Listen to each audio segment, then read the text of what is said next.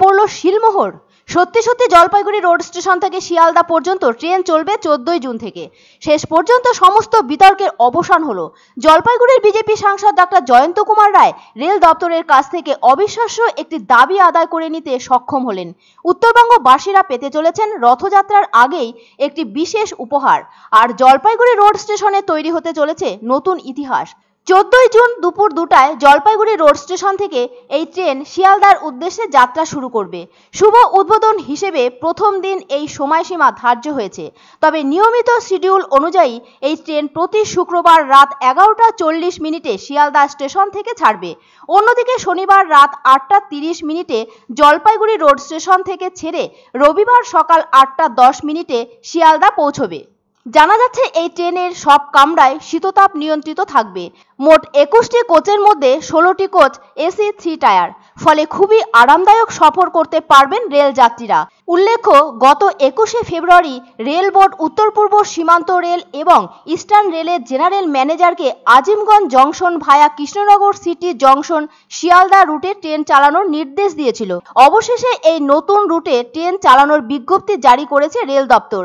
জলপাইগুড়ির সাংসদ ডাক্তার জয়ন্ত কুমার রায়ের ঐকান্তিক প্রচেষ্টায় এই ট্রেন চলাচল সম্ভব হচ্ছে।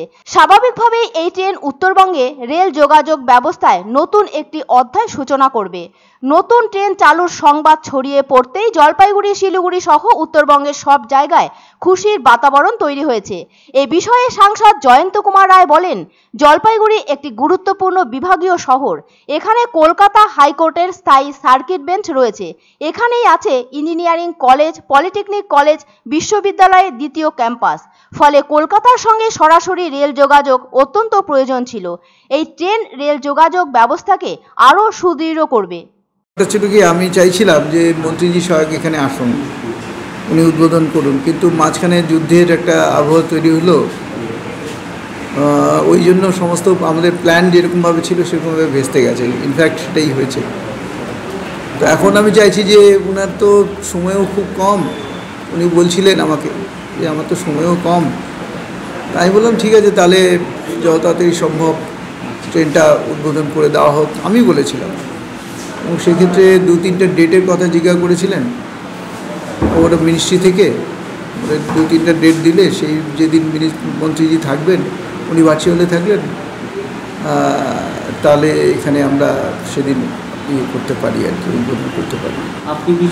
না না, আমি বলেছিলাম যে আমি ওখানে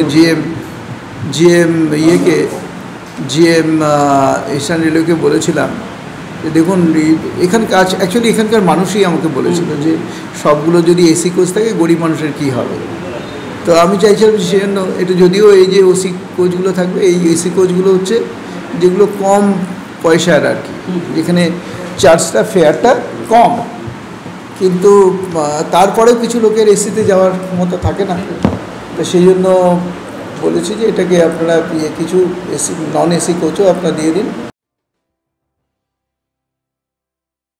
এখন আর শাড়ি কুর্তি কেনার জন্য আপনাকে কলকাতার বড় বাজারে ছুটতে হবে না, কারণ জলপাইগুড়িতেই খুলে গেল শাড়ি ও কুর্তির এক্সক্লুসিভ শোরুম শাড়ি কুর্তি হাট, ডিবিসি রোড, জলপাইগুড়ি কমার্স কলেজের পাশে।